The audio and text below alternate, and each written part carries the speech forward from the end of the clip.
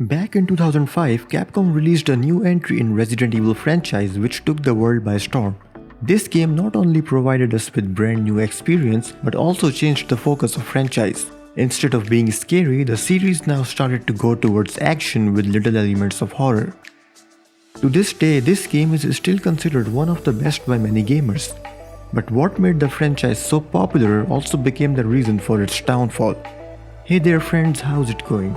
Today we are going to take a look at Resident Evil 4, but before moving forward, if you like our videos, please do subscribe to this channel and click the notification button.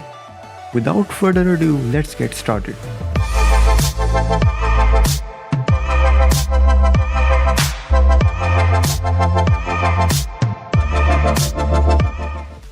With 4 discarded versions, Resident Evil 4 is a game which went through a lot of development changes. The first version became so different from the series that Capcom decided to make it a separate game we now know as Devil May Cry. The team then worked on Fog version, Hookman version, and Hallucination version until Mikami finally decided to get in director's chair and deliver us the version that we now have played number of times. That's too good for a guess. Want to start explaining? Originally released for GameCube, the game made its way to number of platforms over the years. With over 11 million copies sold worldwide, it is still one of the best Capcom games of all time. Resident Evil 4 completely changed the way people looked at this franchise. Bringing many changes to the plate, the game quickly got the attention of everyone, including those who did not even play the previous titles. The first and massive change involves the camera style. Gone were the days of fixed camera angles. This game featured over-the-shoulder camera style with laser aiming guns for more accurate gunshots. The camera stays behind Leon and zooms in when you aim. It switches to first-person view when you aim with rifle. Players now have more options while shooting because enemies react differently to gunshots. For example, shooting at legs will make them stumble, and shots to the arms will make them drop their weapons. The players can also interact with the environment. They can dodge attacks, jump out of the window, and attack enemies when they are weak. The game also introduces quick time events, where players have to quickly press the buttons in certain situations to have the desired outcome.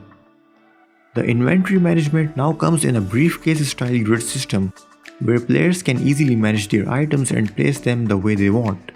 Upgrading these cases will make more room for new items. Speaking of upgrades, the game introduces a new character by the name of Merchant. Over here, stranger. This merchant provides Leon with weapons and items as well as their upgrades. What are you buying?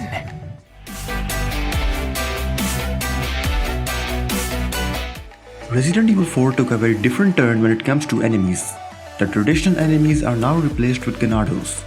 They act and work like normal people. Even Leon couldn't tell any difference in the beginning. Excuse me. Sir? But in reality, they are infected with a parasite which turned them into monsters. What's great is that we get to fight different versions of these enemies throughout the story. For the first few hours, we face local villagers, then these hooded castle people, and finally the military ones.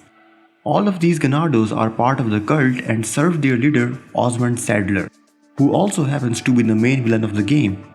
My name is Osmond Saddler, the master of this fine religious community. Aside from regular enemies, we also get to face some unusual ones like Dr. Salvador, El Gigante, Regenerators, Del Lago, and many more. Coming to the bosses, there are 4 big villains of the game. The first one is Mendes, who makes things difficult for us in Village. Second is Castle Owner Ramon Salazar.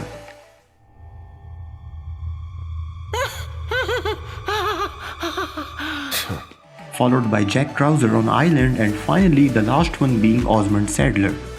Overall, Resident Evil 4 provides a pretty big list of enemies, with each one keeping players on their toes. The 4th entry in the series brings back everyone's favorite Leon Scott Kennedy, who is not in the force anymore. He now works with government, which has sent him on a mission to rescue President's missing daughter Ashley. Having a hard time remembering Ashley? Well, this might jog your memory. Help! Help me, Leon!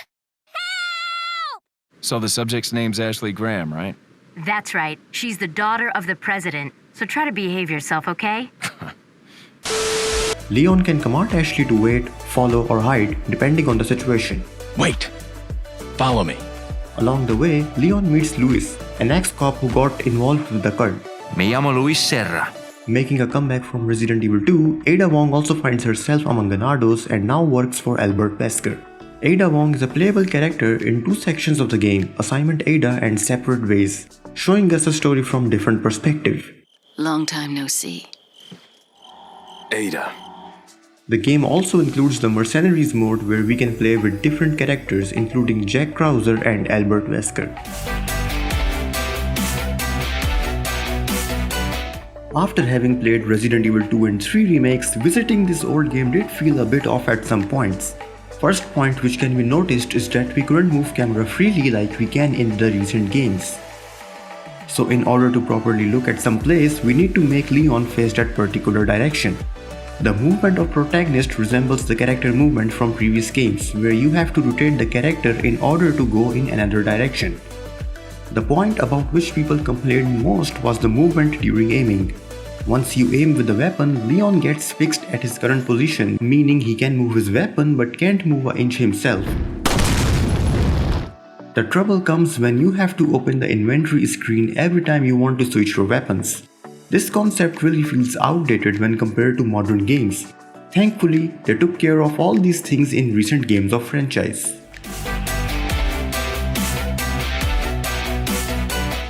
Resident Evil 4 is by far one of the best games out there, even though it was focused a bit more on action, but the game created waves for so many other studios.